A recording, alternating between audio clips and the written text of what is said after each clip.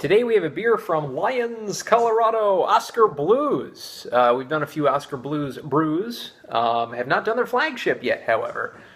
Dale's Pale Ale. It is their standby. You can get these pretty much everywhere. One of the first real craft beers in cans as well. So this is a pale ale, as you might have expected, 6.5% alcohol by volume. It gets an 89 on Beer Advocate, which is very good. It gets a 97 on Rate Beer, which is unbelievably excellent, especially for this style. And according to the notes here, hefty amounts of European malts and 4 kinds of American hops, canned for outdoor enthusiasts. So that's why they canned it, for people who go outdoors and you just can't bring bottles with you when you're around. They'll break. They're not very transportable in the wilderness like cans are. So they decided to can these beers, and usually the canned beers that we know of or knew of back when they started canning these are your American adjuncts, your cheaper beers that are less quality.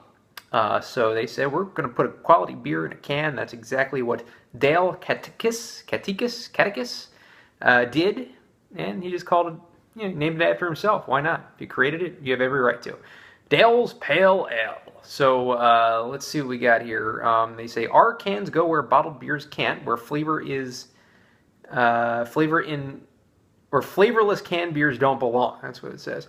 Northern Brewer for bitterness, Cascade and Columbus for flavor. A big post-boil edition of Centennial is included in this as well. So a huge, voluminously hopped mother of a pale ale is what it says. Pack it in, pack it out. They're into recycling. So there you have it. And as we open it up, we will pour her into this shaker glass.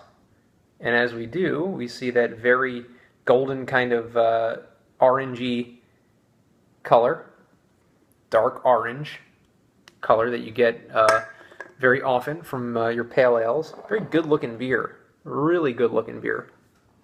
A nice head, about a finger of head, maybe a tad less. So that's the appearance. Very good appearance for Dale's Pale Ale. Aroma-wise,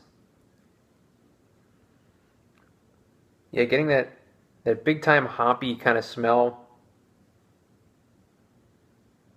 Yeah, big-time citrus fruit, dark, grapefruity kind of smell that you get from pale ale. So it's a great smell to this beer as well. So let's get the taste now of Oskar Blues Dale's Pale Ale.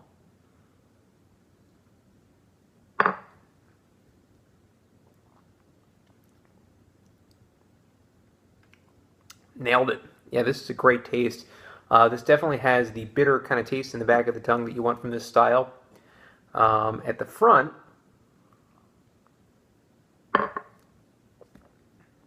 I'm kind of getting a crispness.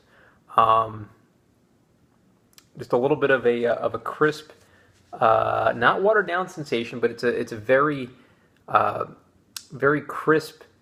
Let me see.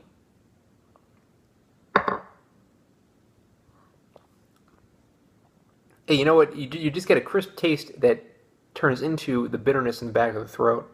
Wow, just an excellent style, and not overly expensive. It's not cheap, but for a beer like this, to get it in cans, and if you really want to take a trip somewhere and go where you need to go, and you want to take some beer with you that's portable, not a bad idea to stock up on some Dale's Pale Ale. I'm gonna go ahead. You know what? I'm gonna say, as far as the style goes, this may be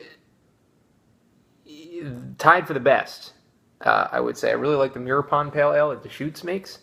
Love that style. I think I gave that a 10 out of 10. I'm going to also give this a 10 out of 10 too. It just hits on all cylinders.